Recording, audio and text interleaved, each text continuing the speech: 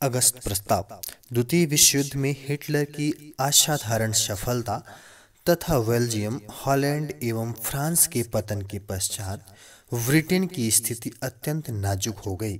फलतः ब्रिटेन ने समझौतावादी दृष्टिकोण की नीति अपनाई।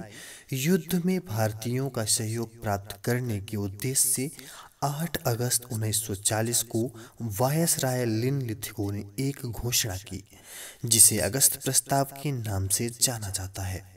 इस प्रस्ताव में निम्न प्रावधान दिए गए।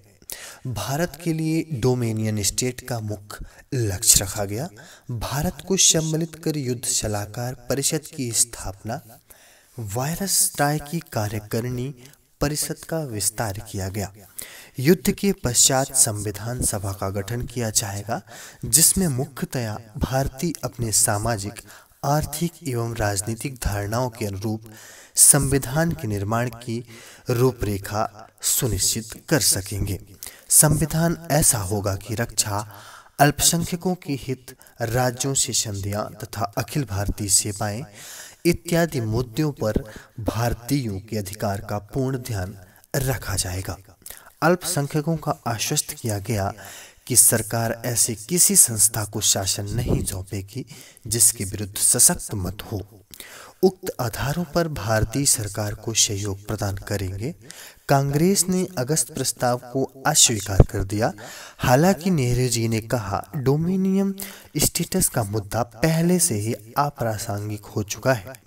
गांधी जी ने घोषणा की, अगस्त प्रस्ताव के रूप में सरकार ने जो घोषणाएं की हैं उनमें राष्ट्रवादियों तथा उपनिवेशी सरकार के बीच खाई और चौड़ी होती जाएगी।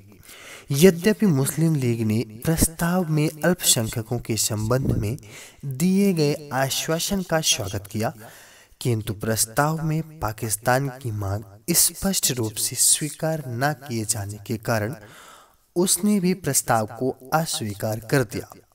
लीग ने घोषणा की कि भारत का विभाजन ही गतिरोध के हल का एकमात्र उपाय है। मूल्यांकन करें तो पता चलता है कि प्रस्ताव में प्रथम बार भारतीयों द्वारा स्वयं संविधान निर्माण करने की तर्क की मान्यता दी गई थी तथा कांग्रेस की संविधान सभा गठित करने की मांग को स्वीकार किया गया। डोमिनियन स्टेट के मुद्दे को भी स्पष्ट रूप से स्वीकार किया गया। जुलाई 1941 में वायसराय की कार्यकारिणी परिषद का विस्तार कर भारतीयों को प्रथम बार बहुमत दिया गया, किंतु रक्षा, वित्त एवं गृह जैसे महत्वपूर्ण मुद्दों पर अभी भी अंग्रेजों का वर्चस्व बना हुआ था। इसके अतिरिक्त एक राष्ट्रीय सुरक्षा परिषद का भी गठन किया गया, जिसके कार्य संबंधित विषय पर सलाह देना था। व्यक्तिगत सत्याग्रह की बात करें तो अगस्त प्रस्ताव के बाद की परिस्थिति में जो प्रगति हुई, उसके पश्चात सरकार ने अड़ियल रवैया अपना लिया था तथा घोषित किया कि कांग्रेस जब तक मुस्लिम नेताओं के साथ किसी तरह के समझौते को मूर्त रूप नहीं देती, तब तक भारत में किसी प्रकार का संवैधानिक सुधार संभव नहीं हो पाएगा।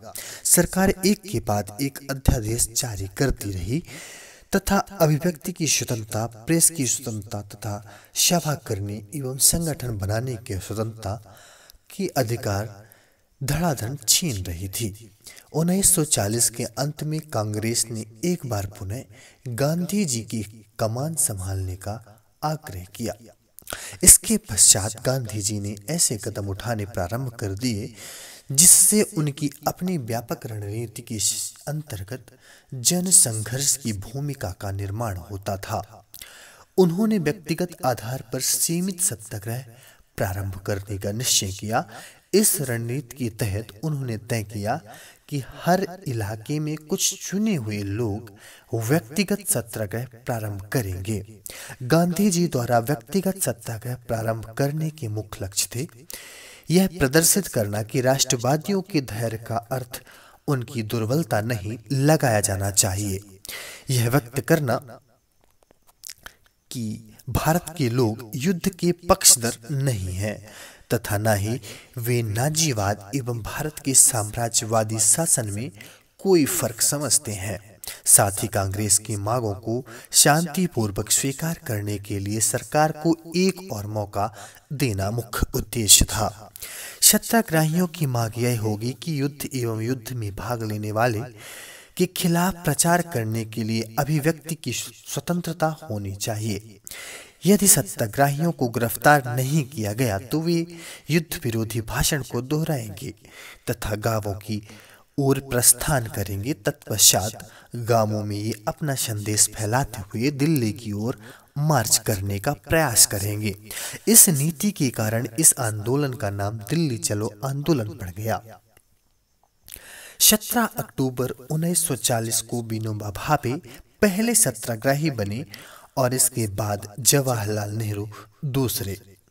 मई 1941 तक लगभग 25,000 सत्याग्रहियों को सविनय अवज्ञा के लिए सरकार द्वारा दंडित किया जा चुका था। दिसंबर 1941 में कांग्रेस के नेताओं को रिहा कर दिया गया। ये नेता भारतीय सीमाओं की रक्षा करने तथा मित्र राष्ट्रों की सहायता करने को आतुर थे।